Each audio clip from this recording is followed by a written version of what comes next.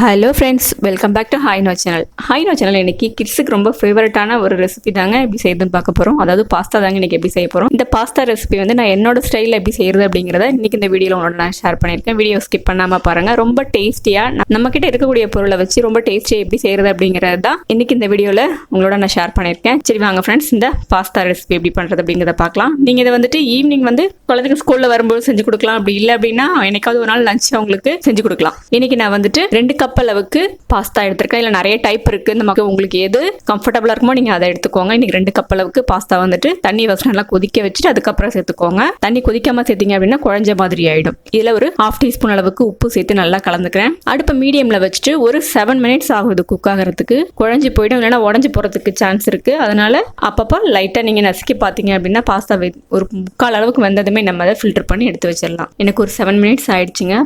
Pasta வந்து ரொம்ப நல்லாவே வெந்திருக்கு. இந்த டைம்ல நம்ம ஸ்டவ் ஆஃப் பண்ணிடலாம். இதுக்கு மேல வேக வச்சோம்னா உங்களுக்கு உடஞ்சி போறதுக்கு நிறைய சான்ஸ் இருக்கு. ஸ்டவ் ஆஃப் பண்ணிட்டு இதை நம்ம ஃபில்டர் பண்ணிக்கலாம். இந்த மாதிரி ஒரு ஸ்டெய்னர் வச்சு நான் வேக வச்ச பாஸ்தா வந்துட்டு ஃபில்டர் பண்ணி எடுத்து வச்சிடுறேன். உங்களுக்கு சப்போஸ் கொஞ்சம் அதிகமா வெந்த மாதிரி இருந்தது அப்படின்னா கொஞ்சம் ஐஸ் வாட்டர்ல ஃபில்டர் பண்ணி எடுத்தீங்க அப்படின்னா உங்களுக்கு ரொம்ப குழஞ்சி போகாம இருக்கும். ஒரு வானல் ஒன்று சூடு பண்ணிக்கிறேன். இதுல வந்துட்டு 1 டீஸ்பூன் அளவுக்கு பட்டர் சேர்த்துக்கிறேன். பட்டர் தேவையில்லை அப்படின்னு நீங்க நார்மல் குக்கிங் ஆயிலும் யூஸ் பண்ணிக்கலாம். பட்டர் சேர்க்கும் போது அதனுடைய ஃபிளேவரும் டேஸ்ட் கொஞ்சம் நல்லா இருக்கும். பட்டர் மெல்ட் ஆகட்டும். இதோடய வந்துட்டு 1 டேபிள் ஸ்பூன் அளவுக்கு எண்ணெய் சேர்த்துக்கிறேன். எண்ணெய் நல்லா சூடாகட்டும். இப்போ பார்த்தீங்கன்னா எண்ணெயும் பட்டரும் நல்லா சூடாயிருக்கு.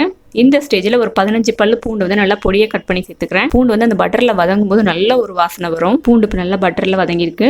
இந்த ஸ்டேஜில் ஒரு மீடியம் சைஸ் பெரிய வெங்காயத்தை வந்து பொடியை கட் பண்ணி சேர்த்துக்கிறேன். வெங்காயத்தையும் சேர்த்துட்டு ஒரு பாதி அளவுக்கு நம்ம வதக்கிக்கலாம். ரொம்ப வதக்கணுன்றது இல்லை. இப்போ வெங்காயமும் பாதி அளவுக்கு வதங்கியிருக்கு. இதோட வந்துட்டு 2 மீடியம் சைஸ் தக்காளி, நல்ல பழுத்த தக்காளியாக வந்துட்டு கட் பண்ணி சேர்த்துக்கிறேன். இதோட நான் வந்து டொமேட்டோ கெச்சப் சேர்க்க போறேன். அதனால தக்காளியை கொஞ்சம் கம்மியாக சேர்த்துருக்கேன். தக்காளி சீக்கிரம் வதங்கணுங்கிறதுக்காக உப்பு சேர்த்துக்கிறேன். உங்ககிட்ட டொமேட்டோ கெச்சப் இல்லைன்னா நீங்க தக்காளி இன்னும் 2 வந்துட்டு நல்லா பழுத்த தக்காளியா பொடியா கட் பண்ணி சேர்த்துக்கிட்டீங்கனாலும் உங்களுக்கு நல்லா இருக்கும். கெச்சப் சேர்க்கும் போது இன்னும் கொஞ்சம் டேஸ்ட் வந்து வித்தியாசமா சாப்பிட்றதுக்கு நல்லா இருக்கும் அப்படிங்கிறதுக்காக கெச்சப் சேர்த்திருக்கேன். அது மட்டும் இல்லாம இப்ப தக்காளி இருக்கிற விலைக்கு 2 தக்காளி சேர்க்கறதுங்கிறது ரொம்ப அதிகம். இருந்தாலும் வேற வழி இல்லை, அதனால 2 தக்காளி சேர்த்துக்கிறேன். இப்ப தக்காளி நல்லா வதங்கட்டும். மூடி போட்டோம் அப்படின்னா உங்களுக்கு சீக்கிரமா நல்லா வதங்கிடும். இப்ப பாருங்க, தக்காளி நல்லா வதங்கி இருக்கு. வெங்காயம், பூண்டு, தக்காளி எல்லாமே நல்லா வதங்கி இருக்கு. இதோட ஒவ்வொரு வெஜிடபிள்ஸா சேர்த்துக்கலாம். பொடியா நறுக்குன கொடமிளகாய், பொடியா நறுக்குன கேரட். இன்னைக்கு நான் இது 2 தான் என்கிட்ட இருந்ததுனால 2 மட்டும் சேர்த்திருக்கேன். இதோட நீங்க வந்து ஃப்ரெஷ் பட்டாணி கிடைச்சது, ஃப்ரெஷ் பீஸ் கிடைச்சதுன்னா அதை சேர்த்துக்கலாம். இல்ல அப்படின்னா பொடியை கட் பண்ண காலிஃபிளவர் சேர்த்துக்கோங்க. பீன்ஸ் சேர்த்துக்கலாம். நம்மளோட விருப்பம் தான். ஸ்வீட் கார்ன் இருந்தா ஸ்வீட் கார்ன் கூட சேர்த்துக்கலாம். இன்னைக்கு என்கிட்ட கேரட்டும் கேப்சிகம் இருந்தனால 2 மட்டும் பொடியை கட் பண்ணி சேர்த்துக்கிறேன். காய் வந்துட்டு ரொம்ப வேக வைக்கணும்ன்ற அவசியம் இல்லை. காய் சேர்த்துட்டு ஒரு 2 மினிட்ஸ்க்கு நம்ம வதக்கினாலே போதும். இப்போ இந்த காய்க்கு தேவையான உப்பு சேர்த்துட்டு அதையும் நல்லா வதக்கிக்கிறேன்.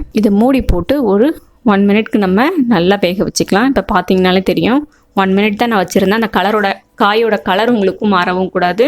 அதே சமயம் பாதி அளவுக்கு வெந்திருக்கணும். இப்போ பார்த்தீங்கனாலே உங்களுக்கு தெரியும், இந்த கேப்சிகம் கேரட்டோட கலரே மாறல. ஒரு 1 மினிட் மூடி வச்சு நல்லா வேக வச்சுட்டேன். அடுப்பு சிம்ல வச்சிருங்க. சிம்ல வச்சுட்டு இதோட நான் வந்துட்டு டொமேட்டோ கெச்சப் சேர்த்துக்க போறேன். இது இல்லைனாலும் பரவாயில்ல, நீங்க தக்காளி ஆட் பண்ணும்போது 2 தக்காளி எக்ஸ்ட்ராவா ஆட் பண்ணிக்கலாம். நான் ஒரு 2 டேபிள் ஸ்பூன் அளவுக்கு கெச்சப் சேர்த்துக்கிறேன். காரத்துக்காக வந்துட்டு நீங்க சில்லி சாஸ் இருந்தா சில்லி சாஸ் சேர்த்துக்கலாம். நான் வந்துட்டு சில்லி ஃபிளேக்ஸ் தான் சேர்த்துக்க போறேன். இன்னைக்கு கெச்சப் சேர்த்துட்டு அதையும் நல்லா கலந்துக்கிறேன். இப்போ இதோட நம்ம வேக வச்சு ஃபில்டர் பண்ணி வச்சிருந்த பாஸ்தா சேர்த்துடலாம். பாஸ்தா சேர்த்ததுக்கு அப்புறமா நல்லா கலந்து விட்டுக்கிறேன். இப்போ வெஜிடபிள்ஸோட சேர்ந்து நல்லா பாஸ்தா மிக்ஸ் ஆயிடுச்சு பாருங்க. இந்த டைம்ல உப்பு டேஸ்ட் பண்ணி பார்த்துட்டு உங்களுக்கு சப்போஸ் பத்தல அப்படின்னா நீங்க ஆட் பண்ணிக்கோங்க. கடைசியே வந்துட்டு நான் காரத்துக்கு சில்லி ஃபிளேக்ஸ் வந்து ஒரு 1/2 டீஸ்பூன்ல தான் சேர்த்திருக்கேன். இது ரொம்ப காரமா இருந்தது, அதனால கம்மியா சேர்த்திருக்கேன். குழந்தைங்க சாப்பிடுவாங்க அப்படிங்கறனால கம்மி பண்ணிருக்கேன். சப்போஸ் உங்களுக்கு காரம் அதிகமா வேணா நீங்க அதுக்கு தகுந்த மாதிரி அட்ஜஸ்ட் பண்ணி சேர்த்துக்கோங்க. காரத்துக்கு நான் வேற எதுவுமே யூஸ் பண்ணல, சில்லி ஃபிளேக்ஸ் மட்டும் தான் யூஸ் பண்ணிருக்கேன். சப்போஸ் உங்கள்கிட்ட சில்லி சாஸ் தான் நீங்க அதை கூட யூஸ் பண்ணிக்கலாம். கடைசியா வந்துட்டு இதோட வந்து ஃபைனலா வந்துட்டு நான் இதுல மிக்ஸ்டு ஹெர்ப்ஸ் இருந்தது, அதை கொஞ்சமா கிரஷ் பண்ணி சேர்த்திருக்கேன். இது இருந்தா சேர்த்துக்கலாம், இல்லைனாலும் ஸ்கிப் பண்ணிட்டு நீங்க பொடியை நறுக்கின கொத்தமல்லி தழையை தூவிட்டு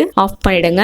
இப்போ நான் ஸ்டவ் ஆஃப் பண்ணிட்டேன். ஸ்டவ் ஆஃப் பண்ணதுக்கு அப்புறமா கடைசியா வந்துட்டு கொஞ்சமா நல்லா துருவின சீஸ் சேர்த்திருக்கேன். இது இருந்தா சேர்த்துக்கோங்க, இல்லை அப்படின்னா நீங்க சீஸ் இதையும் ஸ்கிப் பண்ணிடலாம். இப்படி சீஸ் சேர்க்காம சாப்பிடும்போது சூப்பரா இருக்கும். அதோட டேஸ்ட், இந்த புளிப்பு கார டேஸ்ட்டுக்கு ரொம்பவே நல்லா இருக்கும். சீஸ் சேர்க்கும் போது இன்னும் கொஞ்சம் எக்ஸ்ட்ரா டேஸ்ட் கிடைக்கும். அவ்வளவுதான். இப்போ சீஸ் சேர்த்தாச்சு. சேர்த்துட்டு அந்த ஹீட்லயே மூடி போட்டு வச்சிட்டோம் அப்படின்னா அந்த சீஸ் வந்துட்டு உங்களுக்கு நல்லா மெல்ட் ஆயிடும். மூடி போட்டு ஒரு 1 மினிட்டுக்கு அப்படியே வச்சிருங்க. இப்போ 1 மினிட் கழிச்சு ஓப்பன் பண்றேன் பாருங்க. சீஸ் நல்லாவே மெல்ட் ஆயிருக்கு. இப்போ வந்து நான் எல்லாத்தோடையும் சேர்த்து நல்லா மிக்ஸ் பண்ணிக்கிறேன். புளிப்பு, அந்த உப்பு டேஸ்ட், காரம், அந்த லைட்டா டொமேட்டோ கெச்சப்போட அந்த இனிப்பு டேஸ்டோட சூப்பரா இருக்குங்க. இதை நீங்க வந்துட்டு ஈவினிங் டைம் ஸ்நாக்ஸ் மாதிரியும் சாப்பிடலாம். இல்ல அப்படின்னா குழந்தைங்களுக்கு நீங்க என்னைக்காவது ஒரு நாள் அவங்க ஆசைப்பட்டாங்க அப்படின்னா லஞ்சு கூட பேக் பண்ணி கொடுத்து பாருங்க. ரொம்ப சூப்பரா இருக்கும். இது செய்யறதுக்குன்னு பாத்தீங்க அப்படின்னா ஒரு 10 நிமிஷம் தான். பாஸ்தா வேக வைக்கிற டைம் தான் உங்களுக்கு இது. கண்டிப்பாக ட்ரை பண்ணி பாருங்கள். செஞ்சு பார்த்துட்டு எப்படி இருந்தது அப்படிங்கிறத மறக்காம உங்களுக்கு கமெண்ட்ஸ் எனக்கு கமெண்ட் பண்ணுங்கள். இந்த வீடியோ பிடிச்சதுன்னா லைக் பண்ணுங்கள், ஷேர் பண்ணுங்கள். ஹாய்னோ சேனலை ஃபஸ்ட் டைம் பார்க்குறீங்க அப்படின்னா சப்ஸ்கிரைப் பண்ணிக்கோங்க. மறக்காம பக்கத்தில் இருக்கிற பெல் பட்டனில் ஆளுங்கிற ஆப்ஷனையும் கிளிக் பண்ணிக்கோங்க. இன்னொரு சூப்பரான ஒரு ரெசிபியோட உங்களை மீட் பண்ணுறேன். Thank you friends.